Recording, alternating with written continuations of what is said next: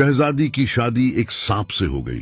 जब शहजादी को इस बात का पता चला कि यह इंसान नहीं सांप है, तो उसने सांप से कुछ ऐसा पूछा कि सांप गुस्से में आ गया और बदले में शहजादी की जिंदगी में एक ऐसा तूफान आया जिसे सुनकर अब सबके रोंगटे खड़े हो जाएंगे कि कहानी बहुत ही दिलचस्प है।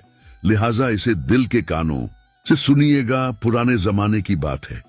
एक जंगल में दो सपेरे दोस्त अपनी रेजक रोटी की तलाश में निकले। उनका यही काम था, सांपों को पकड़ना और बेचना। आज सुबह से वो जंगल में घूम रहे थे, लेकिन उन्हें कोई सांप नजर न आया। वो दोनों थक हार कर एक दरख्त की छांव में बैठ गए। उस दरख्त के पास सांपों का एक बिल था। एक सपेरे ने दूसरे से कहा, वो देखो कितना बड़ा बिल है, जरूर उसमें सांप हो सकता है। हमें उस बिल से सांप निकालने की कोशिश करनी चाहिए। फिर दोनों ने हिम्मत की और बिल को खोदना शुरू कर दिया। खोदते खोदते अचानक उनके हाथ में एक बहुत बड़ा काला नाग आया। उसकी आंखें चमक रही थीं।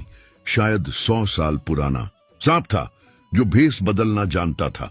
दोनों सपेरे सांप को पाकर बहुत खुश हुए और उन्होंने उसे पकड़ लिया और पिटारी में बंद कर लिया। कुछ दूर चलने के बाद एक सपेरा दूसरे से बोला कि हमें इस नाग का जहर निकाल देना चाहिए, नहीं तो यह सांप हमें काट सकता है। जब उन्होंने पिटारी खोली तो दोनों हैरान रह गए। उस पिटारी से नाग गायब था और उसकी जगह एक बहुत खूबसूरत नौलखा हार था। सपेरे हार देखकर बहुत खुश हुए। उन्होंने सोचा कि नाग से तो यह हार ज्यादा कीमती है। अगर हम इस मुल्क के बादशाह को दे दें तो हमें वो बहुत सारा इनाम दे सकता है। फिर वो दोनों बादशाह के दरबार की तरफ चल पड़े। बादशाह के महल में पहुंच कर उन्होंने बादशाह को सलाम किया। बादशाह ने उनसे आने का सबब पूछा। सपेरों ने बताया कि उनके पास एक बहुत कीमती हार है जो रानी के गले की शान बढ़ा सकता है। बादशाह यह सुनकर बहुत खुश हुआ और बोला, मुझे यह हार निकाल कर दिखाओ। सपेरों ने पिटारा खोला तो बादशाह और दरबार में सब लोग हार देखकर हैरान रह गए। ऐसा हार उन्होंने पहले कभी नहीं देखा था। बादशाह ने सपेरों से पूछा कि वो यह हार कहां से लाए।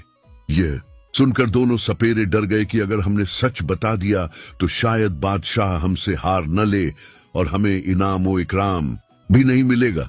फिर झट से वो बोले कि हमें यह हार रास्ते में मिला था। बादशाह ने हार कबूल कर लिया और सपेरों को इनाम देकर रुखसत कर दिया।